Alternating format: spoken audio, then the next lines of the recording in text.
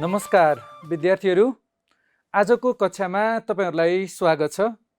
सन्चै हुनुहुन्छ? मलाई पनि सन्चै छ। आज हामी कक्षा 10 को सामाजिक अध्ययन विषयको एकाइ 8 अन्तर्गत आर्थिक क्रियाकलाप पाठ 5 को वित्तीय उपकरण शीर्षकमा हामी छलफल गर्छौं। विद्यार्थीहरू, आजको छलफलका विषयवस्तुहरू के हुन् एकचोटि सोच्नुस् त? हो, आज हामी केन्द्रीय बैंक, सफा नोट, धितोपत्र, शेयर, विप्रेषण, हुन्डी र अन्तमा भर्चुअल मुद्राको सम्बन्धमा छलफल गर्छौं है। छलफलको लागि कापी र कलम लिएर तयार हुनुस् है त। विद्यार्थीहरू, हामीले यो भन्दा अघिल्लो कक्षामा के छलफल गरेका थियौं सम्झनुस् त? हो, हामीले वित्तीय उपकरण र बैंकिङ प्रणालीको सम्बन्धमा छलफल गरेका थियौं। आर्थिक वृद्धि र न्यायोचित विकास गर्ने उद्देश्यका साथ मुद्राको व्यवस्थापन गर्ने, मुद्राको सदुपयोग गर्ने, लगानीका लागि प्रयोग गरिने विभिन्न उपकरणहरू नै वास्तवमा वित्तीय उपकरण हुन् भनेर हामीले छलफल गरेका थियौं। जस्तै शेयर, चेक, बैंक खाता, e banking, debit card, banking apps आदि आदि विषयमा हामीले छलफल गरेका थियौं, होइन त? त्यस्तै बैंकिङ प्रणालीको बारेमा पनि हामीले छलफल गरेका थियौं।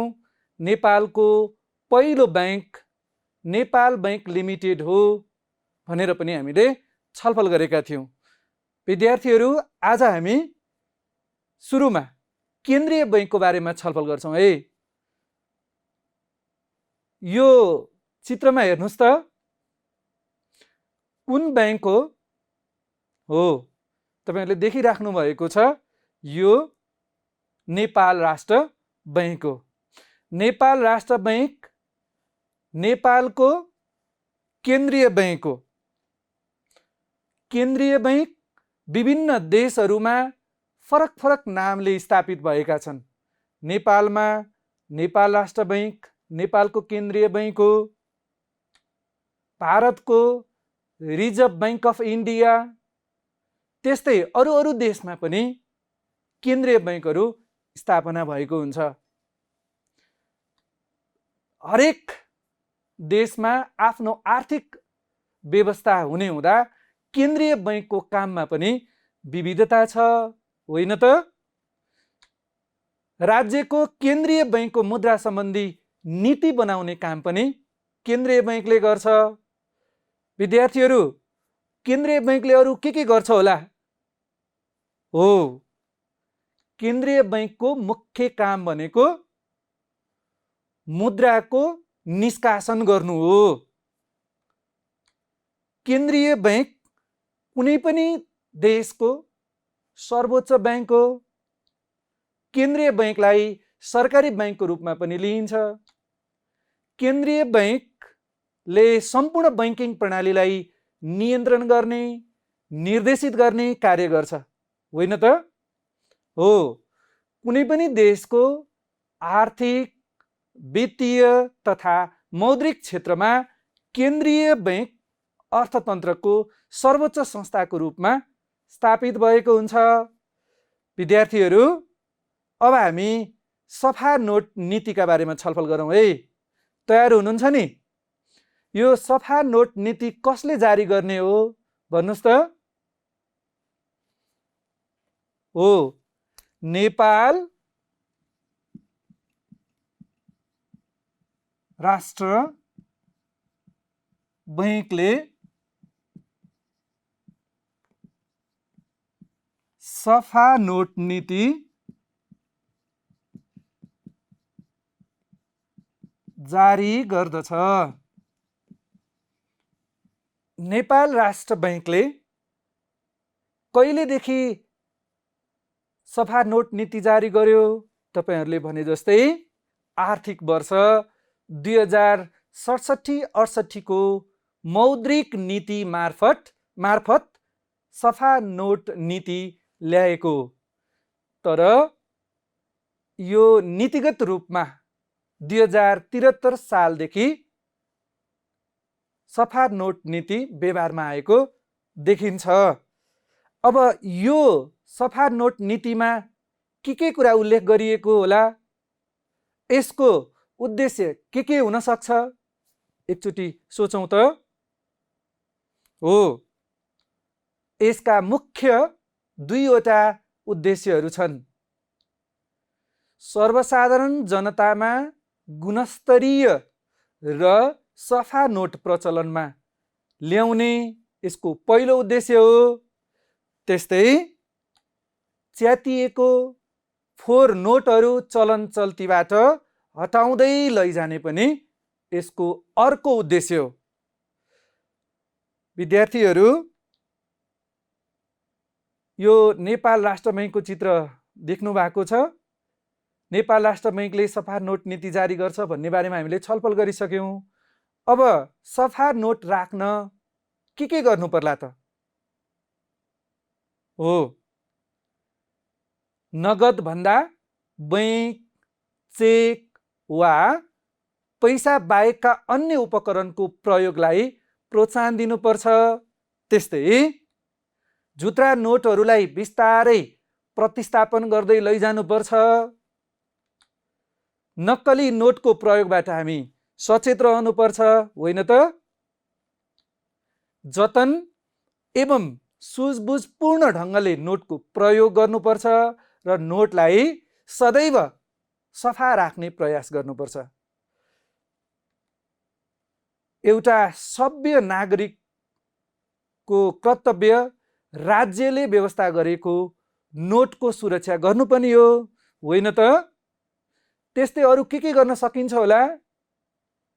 हो, यो 1000 को नोट नेपाल राष्ट्र बैंकले जारी गरेको नोट हो। हेर्नुस् त, यो नोटलाई हामीले पट्याउने, कच्याकुचुक पार्ने गर्नु हुँदैन। त्यस्तै पोको पारेर धान मकैको भकारीभित्र राख्नु हुँदैन, माटोमा गाड्नु हुँदैन। अरू के होला? हो, जथाभावी नोटमा लेख्नु पनि हुँदैन, केरमेट पनि गर्नु हुँदैन, स्टिज पनि लगाउनु भएन। पूजा गर्दाखेरि रातो लगाएर नोटलाई बिगार्नु पनि भएन।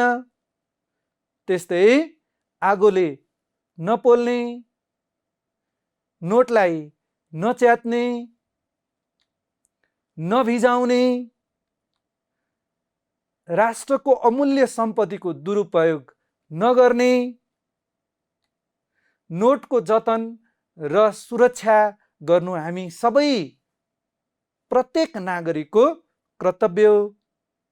विद्यार्थीहरू, हामीले सफा नोटको बारेमा कसरी राख्ने, तपाईहरूले पनि अब सदैव नोटहरूलाई सफा राख्ने प्रयत्न गर्नुस् है।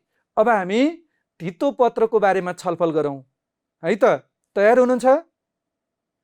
धितो पत्र के होला? यो चित्रमा हेर्नुस् त, यहाँ दिएको छ केही धितो पत्रको बारेमा। हो, तपाईहरूले भन्नुभएको ठिक हो। सरकार वा कम्पनीहरूलाई पुँजीको आवश्यकता पर्छ। त्यो आफूलाई आवश्यक पर्ने पुँजी सङ्कलनका लागि जारी गर्ने एक वित्तीय साधन वा उपकरण नै धितो पत्र हो। सरकार वा कम्पनीहरूद्वारा निष्कासन तथा बिक्री गरिने शेयर, बोन्ड, डिभेन्चर लगायतका वित्तीय साधन र उपकरण नै धितो पत्र हुन्। विद्यार्थीहरू, कुनै कम्पनीमा लगानी गर्नु भनेको कम्पनीको सेयरमा लगानी गर्नु हो। अब सेयरमा लगानी गरिसकेपछि जसले सेयरमा लगानी गर्छ ऊ सेयर धनी हो, अथवा उसलाई सेयर सदस्यको रूपमा पनि लिन सकिन्छ, होइन त? सेयर भनेको के हो? अब फेरि अलिकति छलफल गरौँ है। सेयर भनेको यहाँ हेर्नुहोस् त, सेयर शिक्षा भनेर एउटा चित्र राखिएको छ। सेयर अहिले महत्त्वपूर्ण मानिन्छ। कम्पनीको लागि पुँजीको आवश्यकता पर्छ। त्यो कम्पनीको पुँजीको विभाजित सानो सानो अंश, त्यसको एकाइलाई नै हामी सेयर भनेर भन्छौँ। कम्पनीको लागि पुँजी जम्मा गर्नको लागि सेयर जारी गरिन्छ। विद्यार्थीहरू, सेयरमा लगानी गरे बापत सेयर धनीहरूले प्रत्येक वर्ष कम्पनीको वित्तीय कार्य सम्पादन वा मुनाफाको आधारमा लाभांश, फाइदा हुँदाखेरि प्राप्त हुने अंश लाभांश हो, त्यो लाभांश प्राप्त गर्छन्। विद्यार्थीहरू, आफूले गरेको लगानीको अनुपातमा उक्त घाटा वा नाफा दुवैको हिस्सेदार हुन मन्जुर भई गरिएको लगानीको अंश नै सेयर हो। सेयर प्राप्त गरिसकेपछि त्यो कम्पनी घाटामा वा नाफामा दुवै अवस्थामा हिस्सेदार हुन मन्जुर गरिएको अंश नै सेयर हो। विद्यार्थीहरू, अब हामी सेयर कति प्रकारका हुन्छन् भन्ने बारेमा छलफल गरौँ। भन्नुहोस् त, कति प्रकारका हुन्छन्? हो, सेयर सामान्यतया दुई किसिमका हुन्छन्। के हुन्? भन्नुहोस् त। हो, साधारण सेयर र अग्राधिकार सेयर। अब हामी अग्राधिकार सेयर भन्दा पहिला साधारण सेयरको बारेमा छलफल गरौँ है। यो चित्रमा हेर्नुहोस् त, आइपिओ लेखिएको छ। यो के हो? इनिसियल पब्लिक अफरिङ, सर्वसाधारणको लागि जारी गरिएको सेयर हो यो। विद्यार्थीहरू, कुनै पनि कम्पनीले सेयर जारी गर्दाखेरि मूलत हामीले प्राथमिक बजार र द्वितीय बजारको रूपमा लिन्छौँ। पहिलो पटक जारी गरिएको आइपिओ को बजार चाहिँ प्राथमिक बजार हो। विद्यार्थीहरू, र त्यो पछि एफपिओ भन्ने गरिन्छ, फर्दर पब्लिक अफरिङ भनेर भन्ने गरिन्छ। त्यो द्वितीय बजारमा प्राप्त हुने सेयर हो। अब हामी साधारण सेयरको बारेमा छलफल गरौँ है। अग्राधिकार सेयर धनीलाई लाभांश वितरण गरिसकेपछि बाँकी मुनाफाबाट लाभांश पाउने गरी निष्कासन गरिएको सेयर नै साधारण सेयर हो। साधारण सेयरलाई इक्विटी सेयर पनि भनिन्छ। विद्यार्थीहरू, साधारण सेयरमा गरिने लगानी अग्राधिकार सेयरमा गरिने लगानी भन्दा बढी जोखिम हुन्छ। किन होला भन्नुहोस् त? हो, अग्राधिकार सेयरमा लाभांशको दर तोकिएको हुन्छ, तर साधारण सेयरमा त्यो दर तोकिएको हुँदैन। त्यसैले तुलनात्मक हिसाबमा अग्राधिकार सेयर भन्दा साधारण सेयर केही बढी जोखिम हुने सेयर हो। बढी जोखिम उठाउन तयार हुने लगानीकर्तालाई मात्रै साधारण सेयरमा लगानी गर्न उपयुक्त हुन्छ। विद्यार्थीहरू, अब हामीले सेयर बजारमा प्रवेश गर्दै गर्दा हामीले आफूले कुन कम्पनीको सेयर खरिद गर्न चाहेको हो, उक्त कम्पनीको अवस्थाबारे राम्रोसँग बुझ्नुपर्छ। किनभने साधारण सेयर तुलनात्मक हिसाबले जोखिमयुक्त सेयर हो। अब हामी अग्राधिकार सेयरको बारेमा छलफल गरौँ है। अग्राधिकार सेयरको बारेमा तपाईहरुलाई केही जानकारी छ? बताउनुस् त। हो, तपाईहरुले भने जस्तै पहिले नै लाभांश पाउने गरी निष्कासन गरेको सेयरलाई अग्राधिकार सेयर भनिन्छ। कति प्रतिशत लाभांश पाउने भनेर सुरुमै निर्धारण गरिएको सेयर अग्राधिकार सेयर हो। विद्यार्थीहरू, अग्राधिकार सेयरमा लाभांश पाउने दर निश्चित गरिएको हुन्छ। यस किसिमको सेयरका अंशियारले कम्पनीको बैठकमा भाग लिने तर मत दिने अधिकार हुँदैन। कुनै पनि कम्पनी सञ्चालन गर्नको लागि बोर्ड अफ डाइरेक्टर हुन्छ। त्यो बोर्ड अफ डाइरेक्टरमा प्रजातान्त्रिक विधिबाट छनौट गरिन्छ सञ्चालकहरू। ती सञ्चालकहरू छनौट गर्ने क्रममा अग्राधिकार सेयरका सेयरधनीहरूले मत दिने अधिकार हुँदैन। विद्यार्थीहरू, पुँजीमा जोखिम उठाउन नचाहने व्यक्तिका लागि यस्तो सेयरमा लगानी गर्नु राम्रो मानिन्छ। अब हामीले अहिलेसम्म साधारण सेयर र अग्राधिकार सेयरको बारेमा छलफल गर्यौं। अब यसको फरक के छ छुट्यौं है त। एकछिन सोच्नुस् त के फरक रहेछ।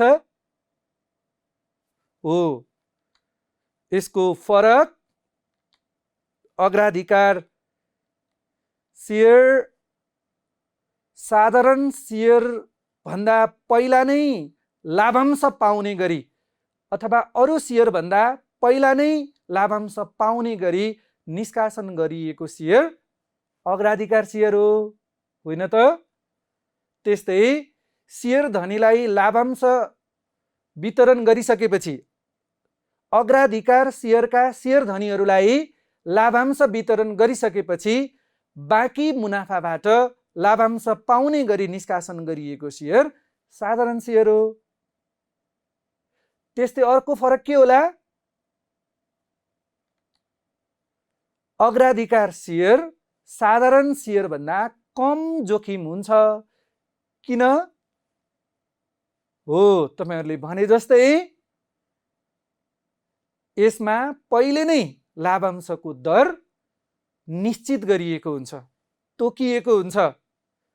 सुरुमै 8% अथवा 10% यसरी तोकिएको हुन्छ। साधारण सेयर अग्राधिकार सेयर भन्दा बढी जोखिम युक्त सेयर हो। विद्यार्थीहरू, अग्राधिकार सेयर धनीले बोनस सेयरको फाइदा प्राप्त गर्नुहुन्न, तर साधारण सेयरमा बोनस सेयरको फाइदा हुन्छ। विद्यार्थीहरू, हामीले अग्राधिकार र साधारण सेयरको छलफल गरिसकेपछि अब अरू के सेयरका प्रकारहरू हुन्छन् थोरै छलफल गरौँ है। तयार हुनुहुन्छ? हो, अन्य प्रकारका सेयरहरू मुख्यतया संस्थापक सेयर। यहाँ सेयर धेरै प्रकारको देखाइएको छ चित्रहरूमा, हेर्नुहोस् त। हो, संस्थापक सेयर यो भनेको कस्तो सेयर हो त? कम्पनी स्थापना गर्ने व्यक्तिहरूले लिएको सेयर। सुरुमा कम्पनी स्थापना गर्दाखेरि जो व्यक्तिहरू हुनुहुन्छ उनीहरूले लिएको सेयरलाई संस्थापक सेयर भनिन्छ। पब्लिक सेयर सर्वसाधारणलाई लक्षित गरी निष्कासन गरिएको सेयरलाई पब्लिक सेयर भनिन्छ। कुनै पनि कम्पनीले कम्तीमा 10% यस्तो पब्लिक सेयर जारी गर्नुपर्ने हुन्छ। विद्यार्थीहरू, बोनस सेयर कम्पनीले लाभांशको रूपमा बाँडेको सेयर, फाइदा प्राप्त भइसकेपछि लाभांशको रूपमा बाँडेको सेयर बोनस सेयर हो। राइट सेयर अहिले भइरहेका सेयर धनीहरूले मात्रै किन्न पाउने गरी कम्पनीले निष्कासन गरेको सेयर राइट सेयर हो। ब्लू चिप सेयर लामो समयदेखि नाफा कमाउँदै आएको तथा लगानीकर्ताको विश्वास जित्न सफल हुने संस्थाको सेयर ब्लू चिप सेयर हो। विद्यार्थीहरू, हामीले सेयरको प्रकारहरूको बारेमा छलफल गर्यौं। अब हामी सेयर बजारमा कसरी प्रवेश गर्ने, सेयर लिन के कस्तो प्रक्रियाहरू अवलम्बन गर्ने भन्ने बारेमा छलफल गरौँ है। के गर्नु पर्ला? हो, सबभन्दा पहिला सम्बन्धित व्यक्तिको नाममा बैंक खाता खोल्ने, विशेष गरी वाणिज्य बैंकहरूमा पनि आस्वाको सेवा प्रदान गर्ने, त्यस्तो सेवा लिएका बैंकहरूमा खाता खोल्नुपर्छ। सिआस्वा भरेर सिआस्वाको फर्म बैंकमा गइसकेपछि प्राप्त गर्न सकिन्छ, अथवा ब्रोकरहरू जसलाई हामी दलालहरू भनेर भन्छौँ त्यहाँ गइसकेपछि भर्न सकिन्छ। र यो सिआस्वा जुन बैंकमा खाता खोलेको हो त्यही बैंकमा गएर भर्ने व्यवस्था छ। यो सिआस्वा भरिसकेपछि सीआरएन नम्बर प्राप्त हुन्छ। त्यो सीआरएन नम्बर प्राप्त गरिसकेपछि हामीले जसरी रकम राख्नका निम्ति झिक्नका निम्ति हामी बैंक खाता खोल्छौँ, त्यसै गरी सेयर कारोबार गर्नका लागि डिम्याट खाता खोल्नुपर्छ। विद्यार्थीहरू, डिम्याट खाता जुन बैंकमा हाम्रो बैंक खाता छ त्यही बैंकमा खोल्नु पर्छ। अब यसपछि भौतिक रूपमा तोकिएको केन्द्रबाट वा अनलाइनबाट मेरो सेयर मार्फत सेयर खरिद आवेदन दिनुपर्छ। विद्यार्थीहरू, हामीले यहाँ डिम्याट खाता र मेरो सेयर प्रत्येक वर्ष नवीकरण गर्नुपर्छ भन्ने कुरा पनि बुझौँ है। ऋण पत्रको बारेमा थोरै छलफल गरौँ है। के होला यो ऋण पत्र? हो, तपाईहरूले भनेको ठिक हो। ऋण पत्र कम्पनीले ऋणमा लगानी गर्ने पक्षलाई ऋणको रकम, ब्याज दर र भुक्तानीका विधिहरूका शर्तहरू उल्लेख गरी आधिकारिक रूपमा गरिदिएको लिखित पत्र नै ऋण पत्र हो। मानौ नेपाल भन्ने एउटा कम्पनीले ऋण पत्र जारी गर्यो, तपाईले 1 लाख रुपैयाँ रकम राख्नुभयो भने तपाईलाई प्रति वर्ष 15% ब्याज दर तोकियो र प्रत्येक वर्ष तपाईलाई ब्याज भुक्तानी गर्ने, 10 वर्ष पछाडि सामा भुक्तानी गर्ने भनेर यस्तो लिखित पत्र जारी गर्दछ भने त्यसलाई नै हामी ऋण पत्र भनेर भन्छौँ। विशेष गरी ऋण पत्रका किसिमहरू कतिवटा? 2वटा छन्। के हुन् त? कर्पोरेट बन्ड, कम्पनीले जारी गरेको ऋण पत्रलाई हामी कर्पोरेट बन्ड भन्छौँ। त्यस्तै अर्को सरकारी बन्ड, सरकारले जारी गरेको ऋण पत्र हो।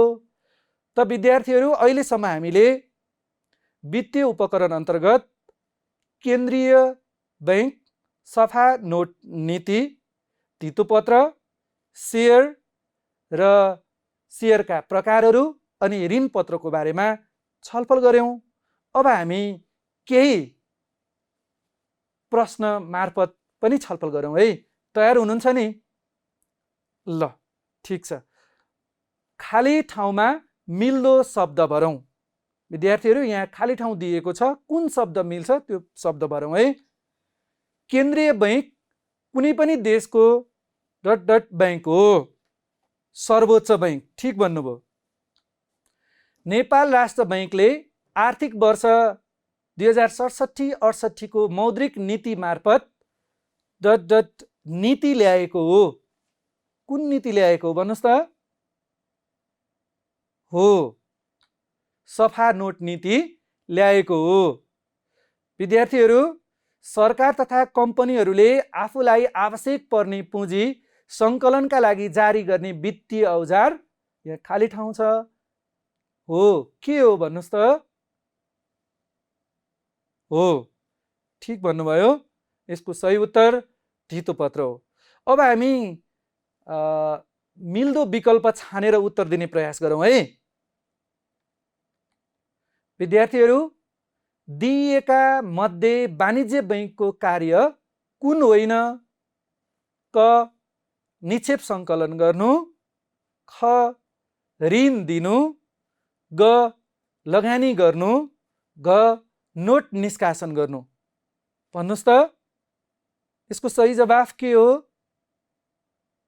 यसको सही जवाफ, ठिक भन्नुभयो, यसको सही जवाफ नोट निष्कासन गर्नु हो। अर्को प्रश्न, नेपालको केन्द्रीय बैंक कुन हो? क. नेपाल बैंक लिमिटेड, ख नेपाल राष्ट्र बैंक, ग राष्ट्रिय वाणिज्य बैंक, घ कृषि विकास बैंक। कुन होला? हो, यसको सही उत्तर नेपाल राष्ट्र बैंक हो। विद्यार्थीहरू, यसभन्दा अगाडि हामीले सेयरको कारोबारको बारेमा छलफल गरेका थियौँ। अब हामी डिम्याट खाताको बारेमा छलफल गरौँ है। कस्तो खाता होला यो डिम्याट खाता? सोच्नुहोस् त। हो, डिम्याट खाता भनेको भौतिक रूपमा भएका सेयर प्रमाणपत्रलाई अभौतिकीकरण गर्ने प्रक्रिया नै डिम्याट खाता हो। विद्यार्थीहरू, भौतिक रूपमा भएको सेयर प्रमाणपत्रलाई डिजिटलाइजेसन गर्ने प्रक्रिया नै डिम्याट खाता हो। प्रमाणपत्र तथा अन्य धितोपत्रलाई कुनै पनि बैंकमा खाता खोलेर जम्मा गर्नुलाई नै हामी सेयर डिम्याट गर्नु भनेर भन्छौँ। जसरी पैसाको कारोबार गर्नको लागि हामीले बैंक खाता खोलेका हुन्छौँ, त्यसै गरी सेयर तथा अन्य धितोपत्र कारोबार गर्नका लागि डिम्याट खाता अनिवार्य हुन्छ। प्रिय विद्यार्थीहरू, भौतिक सेयर प्रमाणपत्रलाई डिम्याट गरिसकेपछि प्रमाणपत्र आवश्यक पर्दैन। नेपालमा 2074 साल माघदेखि डिम्याट खाता सेयर कारोबारका लागि अनिवार्य गरिएको छ। भौतिक रूपमा सेयर प्रमाणपत्र बैंकमा रहेको डिम्याट खातामा जम्मा हुन्छ। अब डिम्याट खाताबाट के फाइदा हुन्छ? सोच्नुहोस् त। हो, डिम्याट खाताबाट सेयर खरिद बिक्री गर्न सजिलो हुन्छ। पहिलाको जस्तो कुनै कम्पनी धाइराख्नुपर्ने अवस्था हुँदैन। त्यस्तै प्राप्त हुने बोनस सेयर आफ्नो खातामा सिधै जम्मा हुन्छ। विद्यार्थीहरू, सेयरको प्रमाणपत्र लिन कम्पनी धाइराख्नु पर्दैन। यस्तै धेरै डिम्याट खाताबाट फाइदा हुने गर्छ। अब हामी विप्रेषणको बारेमा छलफल गरौँ है।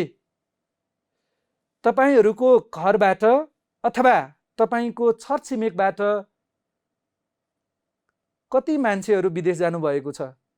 पक्कै पनि तपाईको घरबाट वा तपाईको वरिपरि चिनेका साथीभाइहरू अथवा वरिपरि छिमेकबाट विदेश पक्कै जानुभएको होला, होइन त? हो, यो चित्रले पनि त्यही देखाउँछ। हेर्नुहोस् त, ब्याग बोकेर प्लेन चढेर गएको देखिन्छ। यहाँ फेरि पैसा पठाएको पनि देखिन्छ। वैदेशिक रोजगारमा गएका व्यक्तिले कमाएर आफ्नो देशमा पठाएको रकम नै विप्रेषण हो अथवा रेमिटान्स हो भनेर हामीले बुझ्नुपर्छ। विकासशील देशले बढी मात्रामा विप्रेषण प्राप्त गरेको छ। विद्यार्थीहरू, विश्वमा सबैभन्दा बढी विप्रेषण भित्र्याउने देश कुन हो भन्नुस् त? हो, भारत हो। सबैभन्दा बढी विप्रेषण भित्र्याउने मुलुक भारत हो भने नेपाल विप्रेषण भित्र्याउने मुलुकको 10औं स्थानमा पर्छ। अब हामी विप्रेषणका फाइदाहरूको बारेमा छलफल गरौँ है। के फाइदा होलान्? एकचोटि सोच्नुहोस् त अनि भन्नुहोस्। हो, विप्रेषणबाट धेरै फाइदा हुन्छ। पहिलो कुरा त देशको आर्थिक अवस्था पनि सुधार हुन्छ र हाम्रो आर्थिक अवस्था पनि, जनताको आर्थिक अवस्था पनि सुधार हुन्छ। विप्रेषणले नेपालको अर्थतन्त्रको 32% हिस्सा ओगटेको छ। विद्यार्थीहरू, त्यस्तै अरू के फाइदा होला? हो, जीवनस्तर सुधार हुन्छ। त्यस्तै काम गर्ने सिपको पनि विकास हुन्छ। विदेश गएर आइसकेपछि विदेशमा विभिन्न कामका सिपहरू सिक्नुहुन्छ र त्यो सिप नेपालमा प्रयोग गर्नुहुन्छ, होइन त? हो, त्यस्तै देश विकासमा सहयोग पुग्छ।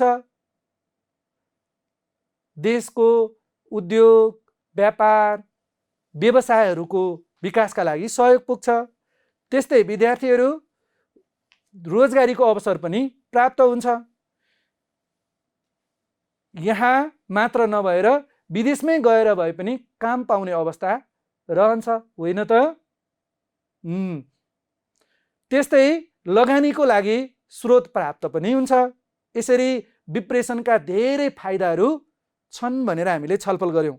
तर विप्रेसन सधैँ फाइदाजनक हुन्छ भन्ने होइन, अरूको देशमा निर्भर रहनुपर्ने अवस्था हुन्छ। त्यसैले यसलाई उत्पादनशील क्षेत्रमा लगानी गरेर आफ्नै देशमा बसेर आफ्नै देशको विकास गर्नु नै बुद्धिमानी लाग्छ, होइन र? हो। अब हामी विदेशको कुरा गरिसकेपछि हुन्डी कारोबारको कुरा गरौँ है। तयार हुनुहुन्छ? हुन्डीको बारेमा तपाईहरुलाई केही थाहा छ? पक्कै थाहा छ। हो, यो चित्र हेर्नुस् त। यो चित्रमा एकजना व्यक्तिले अर्को व्यक्तिलाई रकम या नोटको बन्डल दिइराखेको छ, होइन त? तल्लो चित्रमा पनि त्यस्तै छ। हो, विदेशमा आर्जन गरेको रकम कुनै पनि औपचारिक माध्यमबाट नफटाई कुनै निजी व्यापारीलाई यहाँ चित्रमा दिए जस्तो, कुनै एजेन्टलाई यहाँ चित्रमा दिए जस्तो वा दर्ता नभएका एजेन्सी मार्फत आफ्नो देशमा स्वदेशमा पठाउने वा स्वदेशबाट विदेशमा पठाउने कार्य नै हुन्डी कारोबार हो। विद्यार्थीहरू, हुन्डी कारोबार मार्फत विदेशबाट स्वदेशमा रकम प्राप्त भए पनि यो जोखिमपूर्ण छ। किन होला? सोच्नुस् त। हो, यो कुनै औपचारिक माध्यम हो त होइन। अब हुन्डीबाट के बेफाइदा हुन्छ? यहाँ चित्रलाई पनि एकचोटि नजिकबाट निहाल्नुस् त। हो, विशेष गरी हुन्डीबाट गैर कानुनी कारोबारहरू जस्तै सुन तस्करी, लागु औषधको कारोबार, न्यून बीजकीकरण, थोरै मूल्यमा बिलहरू बनाउने र सामान आयात गर्ने, मानव बेचबिखन, अवैध हात हतियारको कारोबार, यस्ता अपराधजन्य कार्यमा हुन्डीले सहयोग पुर्याइराखेको हुन्छ। त्यसैले हुन्डी कारोबार हानिकारक कारोबार हो। विद्यार्थीहरू, हामीले अब हुन्डीको कारोबार पछाडि अहिले प्रविधिको समयमा मुद्रामा पनि परिवर्तन भएको छ। त्यो भर्चुअल मुद्रा हो। भर्चुअल मुद्राको बारेमा छलफल गरौँ है। तयार हुनुहुन्छ? हो, भर्चुअल मुद्रा के होला सोच्नुस् त। यो चित्रमा पनि देखाइएको छ, तपाईँ यहाँ देख्न सक्नुहुन्छ। भर्चुअल मुद्रा भन्नाले विनिमयका माध्यमका रूपमा काम गर्ने, सङ्केताक्षर कोडद्वारा सुरक्षित विद्युतीय मुद्रालाई हामी भर्चुअल मुद्रा भनेर भन्छौँ। विद्यार्थीहरू, यो सिक्का र नोटहरूको जस्तो भौतिक अस्तित्व नभएको मुद्रा हो। सिक्का र नोट जस्तो छुन, पट्याउन वा खल्तीमा राख्न सकिँदैन। त्यस्तै कारोबारहरूलाई सुरक्षित राख्न, तिनलाई रुजु गर्न र नयाँ मुद्रा निष्कासन गर्न सङ्केताक्षरको सहायता लिने गरिन्छ। विद्यार्थीहरू, नियमन गर्ने कुनै केन्द्रीय निकाय पनि हुँदैन। अन्य मुद्राहरूलाई हाम्रो देशमा नेपाल राष्ट्र बैङ्कले नियमन गरे जस्तो भर्चुअल मुद्रालाई नियमन गर्ने कुनै केन्द्रीय निकाय पनि हुँदैन। भर्चुअल मुद्रा कुनै एक राज्यभित्र मात्रै सीमित हुँदैन, यो विश्वका धेरै देशहरूमा हुन्छ। तर भारत, हाम्रो देश नेपाल, चीन, रुस आदि देशहरूले यसलाई कानुनी रूपमा मान्यता दिएको भने छैन। विद्यार्थीहरू, विश्वव्यापी रूपमा यसलाई साटफेर बिना नै कारोबार गर्न सकिन्छ। यो भर्चुअल मुद्रा विशेष गरी दुई किसिमको हुन्छ विद्यार्थीहरू। एउटा केन्द्रीकृत भर्चुअल मुद्रा अर्को विकेन्द्रीकृत भर्चुअल मुद्रा। यो विकेन्द्रीकृत भर्चुअल मुद्रालाई चाहिँ क्रिप्टोकरेन्सी भनेर भनिन्छ। कानुनी रूपमा ग्राह्य नभएको, विदेशी विनिमयको कानुनी मान्यता नपाएको, नेपाल सरकारको जमानत प्राप्त नभएको, नेपाल राष्ट्र बैङ्कले निष्कासन नगरेको र कुनै पनि किसिमको सुरक्षा नभएको कारणले नेपालमा भर्चुअल मुद्राको कारोबारलाई गैर कानुनी मान्ने गरिन्छ। त विद्यार्थीहरू, आज हामीले वित्तीय उपकरण अन्तर्गत केन्द्रीय बैंक, सफा नोट नीति, धितोपत्र, जस अन्तर्गत शेयरका प्रकार, शेयर कसरी किन्ने बेच्ने, शेयरका अन्य प्रकारहरू, अग्राधिकार शेयर, साधारण शेयर, त्यस्तै ऋणपत्र, डिम्याट खाता, विप्रेषण, हुन्डी र भर्चुअल मुद्राका बारेमा छलफल गऱ्यौँ। तपाईहरूले आजको कक्षाबाट धेरै कुरा सिक्नुभयो होला। अब कति सिक्नुभयो, केही प्रश्न उत्तर छलफल गरौँ है त। साधारण शेयर भनेको के हो? अग्राधिकार शेयर धनीलाई लाभांश वितरण गरिसकेपछि बाँकी मुनाफाबाट लाभांश पाउने गरी निष्कासन गरिएको शेयर नै साधारण शेयर हो। ठिक भन्नुभयो। कुन किसिमको शेयरलाई अग्राधिकार शेयर भनिन्छ भन्नुहोस् त? ठिक छ। अन्य प्रकारका शेयर भन्दा पहिले नै लाभांश पाउने गरी निष्कासन गरिएको शेयरलाई अग्राधिकार शेयर भनिन्छ। ठिक भन्नुभयो। अर्को प्रश्न, डिम्याट खाताको परिचय दिनुहोस् भन्नुहोस् त? शेयरको कारोबारका लागि अनिवार्य रूपमा डिम्याट खाता खोल्नुपर्ने नियम बनेको छ। यो खाता विद्युतीय खाता हो र यसमा लगानीकर्ताले आफ्नो शेयरलाई विद्युतीय रूपमा राख्न सक्छ। विद्यार्थीहरू, हुन्डी कारोबार हानिकारक कारोबार हो। किन होला भन्नुहोस् त?